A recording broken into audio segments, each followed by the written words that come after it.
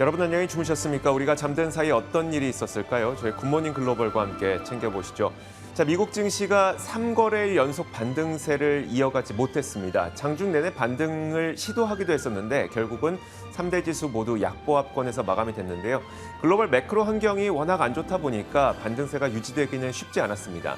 이날은요, 국제무역기구인 WTO에서 글로벌 교역량이 급격히 둔화되고 있다면서 침체 가능성을 경고하기도 했고, 여기에다가 산유국들의 모임인 오펙 플러스 국가들은 이번에 모여서 이 하루 200만 배럴이라는 초대형 감산을 또 결정을 하기도 했습니다. 자, 그러다 보니까 미국 시장이 에서 나온 지표들은 나쁘지 않았음에도 불구하고 매크로 환경이 너무 좋지 못하죠. 그래서 결국 반등세를 계속 이어가지 못했습니다. 이번 주 후반에 예정된 고용 지표라든지 그리고 다음 주에 예정돼 있는 CPI 물가 지표 이런 것들을 확인을 해봐야 시장 반등이 더 이어질 수 있을지 판단이 가능할 것 같습니다. 자, 그렇다면 지난밤 사이에 어떤 일들이 있었는지 살펴보도록 하죠. 마감 시황은 최소영 캐스터가 정리해드리겠습니다. 현지 시간 10월 5일 수요일장 마감 상황 전해드리겠습니다. 간밤 뉴욕 증시는 소폭 하락 마감했습니다. 고용지표 발표와 오펙 플러스에서의 감산 소식이 들려오면서 하락세를 보이다가 다시 상승세를 회복하는가 싶더니 장 막판에 다시 또 하락세로 전환한 건데요. 시장 움직였던 주요 이슈들 짚어보도록 하겠습니다.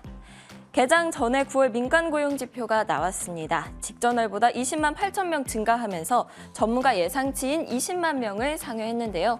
이번 지표는 오는 7일에 예정된 노동부의 고용보고서를 앞두고 나왔는데 최근 구인 건수가 급감하는 등 타이트했던 시장이 조정을 보이고 있다는 신호가 감지되기는 했었습니다. 하지만 이번에 발표된 민간 고용 수치는 고용 시장이 여전히 견조하다는 것을 시사했습니다. 이렇게 고용지표가 긍정적으로 나오자 국채금리는 오름세를 보였고요. 이에 따라서 주가는 장 초반에 하락했지만 다시금 상승세로 돌아서는 모습이었습니다. 결국 막판에 다시 하락했지만요. 이번에 섹터 종목별 흐름 확인해 보겠습니다. 에너지, 헬스케어, 기술 섹터가 상승하고 나머지 섹터, 특히 유틸리티와 부동산 섹터의 흐름이 좋지 못했습니다. 반도체주들의 흐름이 이날 장에서는 좋았고요. 오펙 플러스에서의 200만 배럴 감산 소식이 들려오자 에너지 관련주들이 크게 올랐습니다. 슐럼버거가 6%, 엑소모빌이 약 4% 정도 상승했는데요. 이번 주 초에 상승 랠리를 펼쳤던 태양광 관련주들은 크게 하락했습니다. 인페이즈 에너지가 9%, 그리고 썰런이 약 8% 정도 하락했습니다. 종목별로도 자세히 확인해 보겠습니다. 에어비앤비 소식부터 보겠습니다. 번스타인에서 에어비앤비에 대한 투자 의견을 시장 수익률 상회로 게시했습니다. 목표 주가는 전날 종가보다 약 30% 상승 여력에 있는 143달러로 제시했는데요. 글로벌 시장이 경기 침체라는 불확실성이 이어지는 가운데에도 수요가 더욱 늘고 있다면서 지금이 주식을 구매하기에 좋은 시기라고 언급했습니다. 에어비앤비는 0.686% 상승했습니다. 다음은 테슬라 소식입니다. 일론 머스크 CEO의 트위터 인수 재추진이 악재로 받아들여지면서 주가가 하락했습니다. 테슬라는 3분기 차량 인도가 월가 컨센서스에 미치지 못해서 월요일장에서 8% 이상 급락한 바 있습니다. 블룸버그는 테슬라의 생산 차질 등 여러 문제가 있지만 트위터의 인수와 그에 따른 잠재적인 영향에 대한 우려가 가장 큰 문제가 될 것이라고 지적했습니다. 시장의 반응은 엇갈리고 있습니다. 골드만삭스는 테슬라에 대한 투자 의견을 매수로 유지한 반면 JP모건은 비중 축소로 하향 조정했는데요.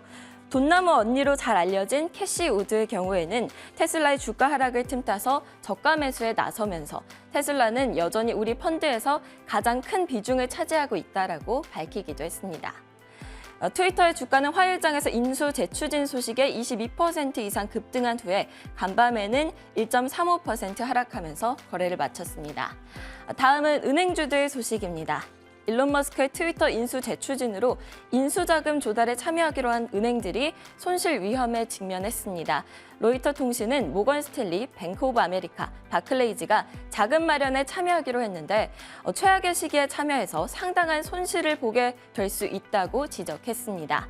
이들 은행이 인수금융을 시장에서 재매각하려 하겠지만 투자 심리가 얼어붙어서 팔리지 않을 가능성이 크다는 것입니다. 애틀랜틱 앵커티에서 모건 스탠리와 골드만삭스에 대한 투자 의견을 하향 조정하는 소식도 있었습니다. 모건 스탠리는 비중 확대에서 중립으로, 골드만삭스는 중립에서 비중 축소로 각각 강등됐습니다. 애틀랜틱은 보고서에서 이들 두 은행들은 경기 침체로 인해 IB 사업 활동이 더 부진해질 가능성이 커진 반면 주가를 끌어올릴 만한 긍정적인 이벤트는 거의 없는 상태라고 지적했는데요. 모건 스탠리는 0.96% 하락했고 골드만삭스는 1.81% 하락 마감했습니다. 노르웨이지안 크루즈는 전날 모든 코로나 검사와 마스크 착용 그리고 백신 의무화 규정을 없애기로 했는데요. 간밤에는 0.08% 소폭 하락 마감했습니다. 코로나 검사를 아직 의무화하고 있는 다른 크루즈주들이죠. 카니발과 로얄 캐리비안은 각각 4% 정도씩 하락한 것에 비해서는 낙폭이 적었습니다. 다음은 국제유가 확인해 보겠습니다. 국제유가는 오펙 플러스에서의 감산 소식이 전해지자 상승했습니다. 오펙 플러스는 오는 11월부터 하루 원유 생산을 200만 배럴 줄이기로 했습니다. 코로나19 대유행 이후 최대 감산 폭인데요. 이번 결정으로 지난 7월 이후 3개월째 하락세를 이어오던 국제유가가 큰 폭으로 상승할 가능성이 높아졌습니다. 현재 국제유가는 이와 같은 소식에 약 1.5% 오른 87.8달러 선에서 거래되고 있습니다. 금 가격은 달러 가치와 채권 가격이 다시금 상승하자 하락했습니다. 현재 금 가격은 1,725달러 선에서 거래되고 있습니다. 지금까지 뉴욕 증시 마감 시황 전해드렸습니다.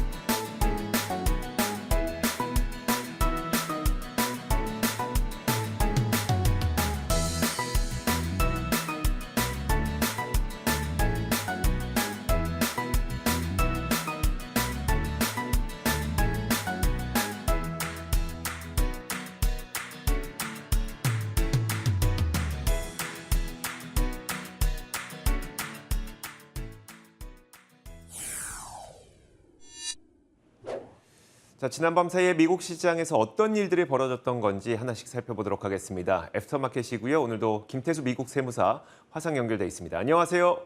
네, 안녕하세요. 자, 먼저 첫 번째 키워드부터 한번 열어보겠습니다. 첫 번째 키워드는 바로 이겁니다. 보시면요, 밑빠진 독이라는 키워드와 우리가 그 개인 투자자들이 이 팬데믹 때 상당히 좋아했었던 아크 ETF의 모습이 보여요. 어떤 내용일까요? 네, 파괴적인 혁신을 주장하는 아크 ETF입니다. 이 개인 투자자분들이 굉장히 좋아하는데 9월 달에 한 5억 달러 정도 유치하면서 또 다시 이렇게 바닥에서 인기를 끌고 있습니다. 그리고 지금 보면은 순유입액을 갖다가 4억 달러까지 끌어올리는 그런 모습들도 보이고 있는데 이 아크 이 ETF의 운영자죠. 캐시우드, 이분이 지금 새롭게 또 지난밤에 새로운 매수세를 또 강하게 드러냈습니다. 그러면서 테슬라를 매수를 했어요. 그리고 이제 또 하나가 로블록스를 매수를 했습니다. 그러면서 지금 로블록스는 한 17만 주 정도 더 매수를 했죠. 지금 600만 주 이상 가지고 있는데 지금 보면 이제 테슬라 같은 경우에는 지난밤에 초반에 좀 좋아 보이다가 결국 마이너스 3.5% 하락했죠. 240달러인데 올해 들어서 한 40% 이상 하락하는 모습 보였습니다. 로블록스 같은 경우에도 마이너스 2% 가까이 하락을 했는데 38달러 수준이에요. 지금 올해 100달러나 떨어졌습니다. 마이너스 60% 정도 하락하는 모습 보였고요. 지금 IBD 리서치 회사에서 이 캐시우드가 매수한 이 종목들에 대해서 이 캐시우드라는 인물을 놓고 굉장히 악평을 했습니다. 이 두 주식에 대해서 고려할 가치가 없다. 이렇게까지 이제 표현을 하면서 악평을 했는데 캐시우드가 젊은 투자자들한테 인기를 끌고 있지만 지금 성적은 굉장히 처참하거든요. 그래서 그녀가 손대는 종목들에 대해서 좀 주의해야 된다. 이런 목소리들이 월가에서 좀 커지고 있습니다. 사실 그 캐시우드를 지금은 좀 많이 반감을 갖고 계시는 분들도 많을 것 같아요. 워낙 성적이 안 좋다 보니까. 자, 그리고 캐시우드가 추종하고 있는 이런 어떤 여러 가지 기업들은 대부분 적자 기업들이 비중이 높다 보니까 이렇게 고금리 시대에는 또 수익률이 안 좋을 수밖에 없는 그런 기업들이거든요. 앞으로 이 아크 ETF의 전망은 어떨까요? 네, 지금 이제 아크 같은 경우에 지금 이제 테슬라 가장 많은 비중을 차지를 하고 있습니다. 그리고 우리가 알고 있듯이 그 기술주 중에 대표적으로 하락했던 로쿠라든가 이런 종목들이 이제 중심에 있는데 그럼에도 불구하고 지금 캐시우드는 테슬라에 대해서 목표 주가를 지난 봄에만 하더라도 3,000달러로 주장을 했는데 이번에 4,600달러까지 지금 주장을 하고 있거든요. 정말 나 홀로 지금 외치고 있는 그런 상황인데 자신감은 굉장하죠. 근데 이제 그 캐시우드가 하고 있는 행동을 봤을 때는 그 신뢰성이 굉장히 좀 의문이 듭니다. 왜냐면은 지금 보면은 아크 ETF에 대해서 공매도를 하는 사크라는 ETF를 본인이 만들었어요. 그러면서 이제 아크가 안 좋은 거를 틈타서 본인이 만든 이제 공매도 ETF를 가지고 아크를 계속 공매도를 합니다. 그러면은 이제 사크 쪽에서 다른 쪽에서 수익이 나겠죠. 한 30% 두 달 동안 30%나 났습니다. 근데 이 30% 수익이 아크를 가지고 있는 분들한테는 전혀 도움이 안 되는 거죠. 다만 본인한테는 캐시우드한테는 이제 해지 성향으로 이렇게 되는 거고, 그리고 이제 최근에 좀 평가가 말씀하셨듯이 안 좋아지다 보니까 어떻게 또 진입을 하냐면은 1,000달러짜리 클럽을 하나 펀드를 만듭니다. 이게 ETF를 만들어서 뭘 하냐면은 과거에 닷컴 버블 때 이제 거의 그 아주 소액의 그런 페니 주식을 긁어 모았듯이 그때처럼 이제 한다라는 그런 개념을 가지고 1,000달러 단위로 모아가지고 이거를 환매를 안 해줍니다. 환매 제한이 있어요. 일정 장기간 동안 제한을 줍니다. 이런 식으로 하는데 여기에 돈이 몰리니까 또 500달러짜리들을 또 만듭니다. 그래서 이런 어떤 굉장히 좀 안 좋은 방향으로 이렇게 흘러가고 있기 때문에 정상적인 ETF가 할 수 있는 그런 행동들은 아니거든요. 그래서 안 좋은 방향으로 흘러가고 있는 그런 상황들 때문에 좀 이 캐시우드를 하는 이런 펀드에 대해서 ETF에 대해서 좀 각별한 주의를 좀 요구하고 있습니다. 알겠습니다. 자, 이어서 두 번째 키워드 보겠습니다. 두 번째 키워드는 바로 이겁니다. 지난 밤사이 시장에서 큰 이슈가 됐었던 게 바로 이거였었는데요. 초대형 감산. 바로 오펙 플러스 국가들이 모여서 이번에 시장 예상보다도 훨씬 더 큰 감산 규모를 결정을 했습니다. 하루 200만 배럴의 감산을 단행하겠다. 오는 11월부터라는 결정을 내리게 됐는데요. 시장에서는 일단 뭐 예전에는 뭐 100만 배럴 정도 감산하지 않겠느냐라고 했다가 시장 예상치보다 훨씬 더 큰 규모의 감산 규모가 나오게 된 겁니다. 이게 어느 정도 큰 규모냐면 2020년 4월 이래 최대 규모의 감산이기 때문에 상당히 큰 규모의 감산이라고 보시면 될 것 같고요. 이건 두 가지의 니즈가 맞물려서 이런 결정이 좀 내려지게 됐습니다. 일단 중동 산유국의 경우에는 지난 7년 동안 굉장히 저유가로 어려운 시기를 보내왔다 보니까 지금은 이렇게 때가 왔을 때 우리는 계속 고유가를 유지하고 싶다는 니즈가 분명히 있었을 것 같고요. 두 번째 니즈는 바로 러시아 쪽의 니즈인데요. 지금 러시아가 뭐 전세가 어찌 됐건 간에 전쟁에 대한 비용을 많이 지불을 해야 됩니다. 그 지불을 하기 위해서는 유가가 높아야지 본인들이 돈을 벌 수 있는 구조이기 때문에 러시아가 전쟁 비용을 지불해야 된다는 니즈, 이 두 가지가 맞물려서 대형 감산이 결국 합의가 된 겁니다. 자, 이번 결정은 바이든 대통령에게도 상당히 큰 상처로 남게 됐는데요. 바이든 대통령의 체면을 구기게 된 겁니다. 왜냐하면 불과 3개월 전쯤이죠. 바이든 대통령은 이 사우디를 방문해서 유가 안정에 도움을 달라라고 요청을 했었는데 3개월 만에 거의 뒤통수를 맞은 격이기 때문에 바이든 대통령도 이번에 상당히 좀 상처가 클 겁니다. 자, 그러면서 이번 결정에 대해서 바이든 대통령이 이렇게 평가를 했는데요. 오펙 플러스 국가들의 근시안적인 결정에 실망을 했다면서 결국 이거는 푸틴의 우크라이나 침공에 힘을 보태주는 격이기 때문에 좋은 결과보다는 부정적인 결과가 더 계속 이어질 것이다 라고 얘기를 했습니다. 사실 근데 이 내용보다는 더 중요한 게 바로 아래에 있죠. 이렇게 유가가 오를 가능성이 높아진 마당이기 때문에 이 바이든 대통령은 결국 추가적인 전략 비축유 1,000만 배럴을 풀어라라고 지시를 직접 내렸다고 합니다. 결국 이 유가가 오른다고 하더라도 미국 내 휘발유 가격을 오르지 않게 하기 위한, 즉 인플레이션을 막기 위한 이 전략으로 보이긴 하는데 어쨌든 이렇게 대규모의 감산이 있다 보니까 인플레이션 우려를 우리가 떨칠 수가 없는 상태거든요. 이게 첫 번째 질문이고, 두 번째가 그러면 원유 관련주 우리가 다시 한번 좀 투자해 볼 수 있는 기회가 오는 것인가에 대해서도 한번 설명해 주시면 어떨까요? 네, 에너지 부분이 사실 굉장히 큰 이제 이슈가 되고 있습니다. 최근에는 좀 소외되어 있다가 다시 이제 이슈가 되고 있는데, 지금 이제 에너지 관련된 부분에서 우리가 생각해야 될 게 뭐냐면은 말씀하셨듯이 2020년도 4월에 엄청난 감산이 있었고 다시 또 대규모 감산을 하는 거죠. 그러면 2020년도 4월 달에 원유 가격이 어디까지 갔었냐를 봐야 돼요. 그때 당시에 어디까지 갔었냐면은 110달러 하다가 20달러까지 떨어지는 그런 모습을 보였습니다. 제로까지, 마이너스까지 내려가는 모습도 보였었죠. 유가라는 거는 이제 굉장히 이 변동성이 크고 잠재적으로 굉장히 위험한 그런 상품입니다. 그런데 지금 상황에서 뭐 감산해서 유가가 올라가면 다시 또 뭐 $100 뚫고 $110 뚫고 이렇게 갈 거 아니냐 이렇게 전망하시는 분들이 많은데 근데 실질적으로 국제에너지기구라든가 이런 데서는 그렇게 전망을 하고 있지 않은 상황이고요. 우리가 이제 투자를 하는 입장에서 보면은 오일 시장은 미국에 한 5개 정도로 나뉩니다. 오일 시장은 탐사를 하는 게 있고 유전을 이제 만드는 게 있죠. 그리고 정제하는 게 있습니다. 원유 끌어올리면 정제를 해야 되고 그리고 이제 엑슨모빌 같은 종합 석유 회사들이 있고요. 그리고 여기 이 종합적인 모든 것에 자금만 되는 파트너십이 있습니다. 이 파트너십은 굉장히 이제 고배당을 하는 것으로 유명하죠. 근데 이 중에 지금 보면 장비가 많이 들어가는 그런 상황들, 뭐 탐사는 워낙 이제 장기 투자이기 때문에 사실 바로바로 이제 단기적으로 투자를 하진 않습니다. 그리고 장비가 많이 들어가는 이제 유전 서비스라든가 정제 쪽이라든가 이쪽은 지금 금리가 굉장히 높기 때문에 굉장히 어려움에 처해 있는 상황입니다. 유가 얼마가 올라간다고 해서 뭐 도움을 받을 수 있는 그런 파트가 아니고요.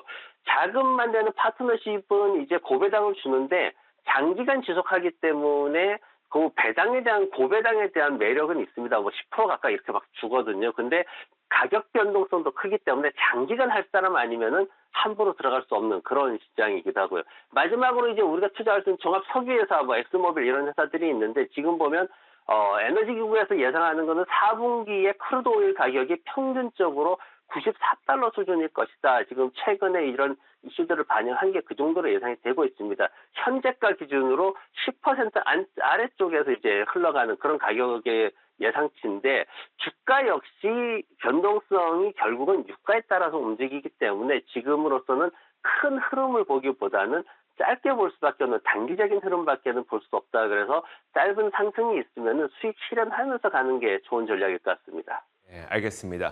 자, 이렇게 두 번째까지 봤고요. 이어서 세 번째 키워드 공개하겠습니다. 세 번째는 바로 이겁니다. 자, 요즘 그리고 지난 10월 이틀간의 반등을 놓고 믿는 분들은 많지 않을 것 같아요. 약세 시장 랠리. 많은 분들이 이렇게 생각하고 있을 것 같은데 이게 어떤 내용일까요?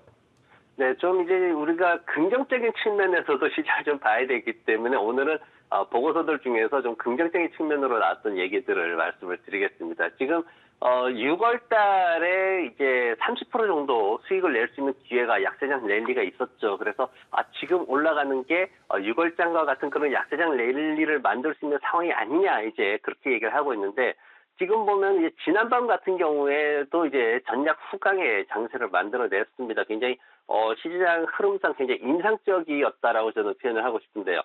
기업들이나 이런 데서 이제 일자리 제공하는 이런 것들, 일자리가 줄어들 것이다, 일자리 제공하는 숫자가 줄어들 것이다라는 게 시장에 긍정적인 작용을 했습니다. 근데 상식적으로는 이게 호재가 될 수 없거든요. 근데 일자리가 하락하면은 연준이 좀 압박을 받아가지고 금리 인상을 좀 자제하지 않겠냐 이런 어떤 분위기가 형성이 되면서 정략 후강의 흐름을 만들어내는 굉장히 좀 아이러니한 그런 모습을 보였습니다. 그런데 이제 시장에서 평가를 하는 거는 뭐냐면은 그럼에도 불구하고 이런 펀더멘탈이라든가 이런 것들이 약세장의 랠리를 만들어내지는 않는다. 우리가 봐야 될 거는 기술적인 상황들이다라는 그런 주장들을 많이 하고 있습니다. 특히 이제 지금 이번 주에 주목하고 있는 거는 상승 종목이 얼마나 많이 나오고 있느냐 이런 것들을 이제 얘기를 하고 있는데 그래서 시장에서 최근에 상승 종목 숫자가 늘어나고 있는 부분에 대해서 기술적으로 약세장 랠리의 신호가 왔다 이렇게 지금 평가를 하고 있습니다. 그래서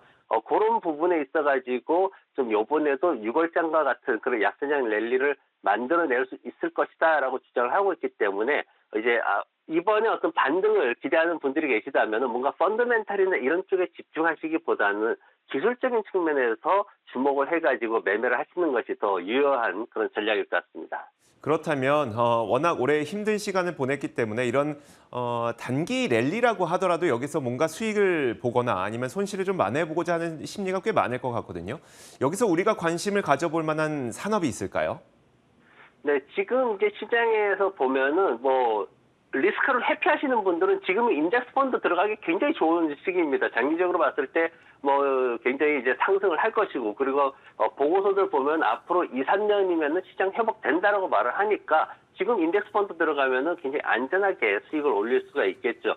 그리고 이제 시장에서 보는 거는 이제 크게 세 가지 정도로 볼 수가 있습니다. 온라인 쇼핑이 있고 자율주행이라든가 이제 중소 에너지 쪽 이렇게 볼 수가 있는데, 소비 시즌을 앞두고 있기 때문에 쇼핑주들 관련해서 많이 보는데, 특징이 뭐냐면은 오프라인 쪽은 잘 안 봐요. 그리고 아마존을 또 잘 안 봅니다. 아마존에 대해서 부담을 좀 많이 느끼고 있어요. 그래서 시장에서 보면은 샤프파이라는 회사를 굉장히 이 기관들이 많이 보고 있는데, 이 회사가 어떤 물건을 단순히 판매하는 것뿐만 아니라 플랫폼을 제공하는 이런 그런 소프트웨어 기술들이 있습니다. 그래서 판매자들이 오프라인하고 온라인하고 다양한 웹사이트에서 판매하는 이런 모든 것들을, 재고나 이런 것들을 관리할 수 있게끔 소프트웨어를 만들어서 판매를 하고 있는데, 최근에 유럽의 13개국의 하드웨어가 출시가 되었고, 그리고 결제 처리 서비스도 지금 18개국에 또 유럽 쪽으로 진출했습니다. 그러면서 저퍼라는 인식이 7배 정도밖에 되지 않기 때문에 굉장히 또 강하게 작용을 하고 있어가지고, 이 샤프파이라는 회사를 기관들이 많이 보고 있고, 또 하나는 이제 그 자율주행 쪽에서 이제 우리가 전기차 많이 보는데 전기차가 요새 좀 안 좋잖아요. 그러다 보니까 오히려 구글 쪽에 자율주행 기술을 가지고 하는 게, 하드웨어를 만드는 게 아니라, 완성차를 만드는 게 아니라 기술을 제공하는 이런 구글 같은 회사가 더 인기가 있지 않겠나, 그런 보고서들도 나오고 있고, 그리고 마지막으로 이제 중소 에너지 쪽에서는 넥스트라 에너지를 좀 꾸준히 올라갈 종목으로 많이 보고 있습니다. 이제 앞으로 어떤 대체 에너지 쪽에 더 많은 프로젝트들이 나올 거기 때문에, 본격적으로 자금이 내년에 이제 투입이 될 거기 때문에, 이런 넥스트라 에너지 같은 이제 다양한 어떤 대체 에너지 사업을 하고 있는 그런 회사들을 좀 눈여겨보고 있습니다. 네, 월가에서 쇼피파이와 그리고 알파벳, 넥스테라 에너지까지 좀 많이 눈여겨보고 있다는 점 여러분들께서도 보시면 좋을 것 같습니다. 자, 이어서 마지막 키워드 한번 공개해 볼게요. 마지막 키워드는 바로 이겁니다. 자, 태양광 외라는 건데, 지난 밤 사이에 태양광주가 일제히 크게 밀려났습니다. 사실 어떤 이유인지 특별한 뉴스는 좀 찾기 어려운 상태이기 때문에 태양광 관련주들이 얼만큼 하락했는지만 먼저 보여드릴 텐데요. 자, 태양광 관련 ETF죠. 탄이라는 그 심볼을 쓰고 있는 인베스코 솔라 ETF가 지난 밤 사이 3.92% 하락했습니다. 그런데 이 ETF의 하락을 주도했던 종목이 바로 엔페이즈 에너지인데요. 마이크로 인버터를 만드는 기업이죠. 그리고 굉장한 기대감을 갖고 있었던 기업인데, 이 기업이 바로 지난 밤 사이에 9% 넘게 하락했습니다. 자, 그 외에도 솔라이트 테크놀로지도 4.8% 정도 하락했고요. 태양광 설치 기업인 썬런과 써노바, 썬파워 모두 7%, 4%, 5% 정도의 큰 폭의 하락을 보였습니다. 퍼스트 솔라도 마찬가지고요. 자, 그럼 왜 이렇게 하락했는지 사실 이유를 설명하기는 좀 쉽지 않습니다만, 그동안 굉장히 많이 올라왔다는 것은 여러분들께서도 다 알고 계실 겁니다. 단기간에 너무 급등하다 보니까 지금 뭐 한 차례 쉬어가는 건가, 이 정도의 생각을 가질 수가 있겠는데요. 일단 인페스코 솔라 ETF의 경우에는 지난 3개월 만에 60% 가까운 주가 상승이 있었습니다. 자, 그중에 엔페이지 에너지가 5월 저점 대비 전고점을 비교를 해보면 거의 140% 정도의 수익률을 보였거든요. 그러니까 5월 저점 대비 3개월 만에 거의 140%라는 정말 놀라운 수익률을 기록을 하다 보니까 너무 많이 빠르게 올랐다. 이 때문에 좀 쉬어가는 게 아닌가라는 생각이 들게 됩니다.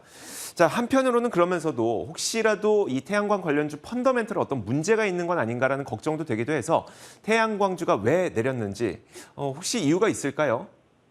네, 먼저 이제 고점에 대한 얘기를 할 수밖에 없는데, 보면 지난밤에 뭐 퍼스트라든가 아니면 인포즈라든가 여러 이제 솔라 업체들이 좀 많이 하락을 했습니다. 근데 그동안 이제 상승하는 그 배경을 봐야 되는데, 이 상승 배경에 이제 미국 바이든 대통령이 대체 에너지 쪽을 밀겠다라는 강력한 의지가 있었고, 법안도 있었고요. 그러면서 많이 상승했는데, 사실 태양광 쪽이 그 정도의 펀더멘탈을 갖는다라고 한 건 아니고, 이제 정부에서 지원해 주니까 유동성이 보강된다라는 측면에서 주가가 상승을 했기 때문에, 그게 이제 펀더멘탈로 이어지는 그런 측면까지는 없습니다. 그래서 그런 부분이 있었는데, 지난밤에 이제 새롭게 등장한 회사가 하나 있습니다. 무디 워러스 리서치라는 회사가 다시 시장에 등장했습니다. 이 회사에 대해서는 공매도 시장의 저승사자라고 불리는 그런 강력한 회사입니다.